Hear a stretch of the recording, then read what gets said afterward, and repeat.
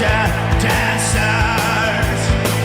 What was it like, stepping into the Tragically Hip's final concert, knowing kind of the weight and anticipation of that?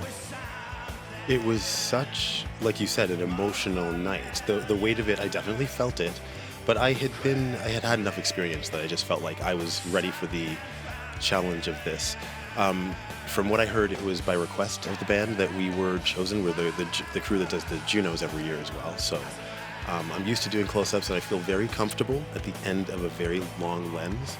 And so, yeah, I was just imagine the stage is set up in a hockey arena, so it's at one end of the ice.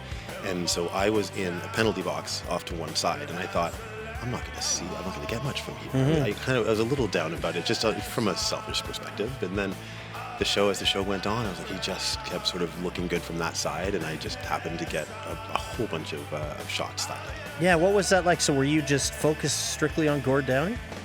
Yeah, my assignment was Gourd, so just follow Gourd. And so there's a thing, it feels like you're sort of in a way performing, sort of dancing along with, there's an element of prediction of what a person's going to do, but I mean, he's so unpredictable and emotional, and just that wild performance style of his was just so fun to play with and just be a part of. And so you just sort of like, as a camera operator, the shot is not about me, but it's about being able to facilitate that moment in sort of the perfect way, and to have the instincts to do the right thing in the moment when something happens. And so, yeah, I just felt like I was sort of riding sort of a free flow that night of just sort of like Gord and I were sort of, not saying we're friends or that I knew him. I know or what you're saying, like that, yeah.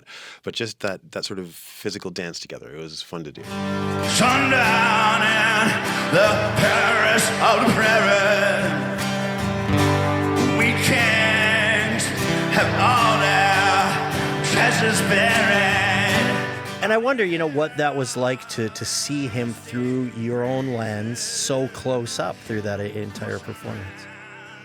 Yeah, I could see how he was really he brought everything. I was so impressed with the fact that he was, where he was in his life cycle, and just like that he was able to sort of still bring that much energy and passion, and he did the encore, and he brought everything he could that night, and just like to be, reaching, the camera lens gives me the power to reach across that crowd, just over them, and just like, it feels like you're touching a bit of that art, and it's, it was an honor and a privilege to be able to be a part of that. Now that obviously you would have been in work mode, right? You're filming this for millions of people around the world, but when you reflect on it 9 years later, what stands out the most? Just how connected everyone was. That's always been the thing for me with that concert. It's just, there's always sort of an element of connection when you get, a number of thousands of people together. But this night just had that. Everyone knew what it was about, and everyone sort of wanted to cherish and savor and keep that moment. And we were able to just be in that moment, and to be singing songs that, when I was in college learning to be a camera operator, I used to play and sing these songs with my friend. Kevin would play the guitar and I would sing, and we would, Ahead by a Century was just our song. We sang it and performed it a couple times, and then first we'd climb a tree, and maybe then we'd talk, or sit silently and listen to our thoughts, illusions of someday, casting a golden light, no dress rehearsal, this is our life.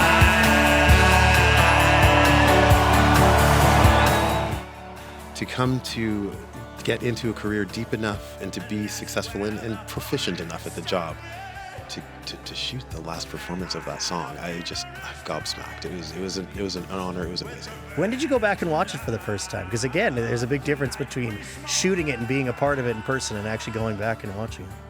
That's a good question. When did I actually watch it? It was a few days maybe after. Like I really wanted to see it right away.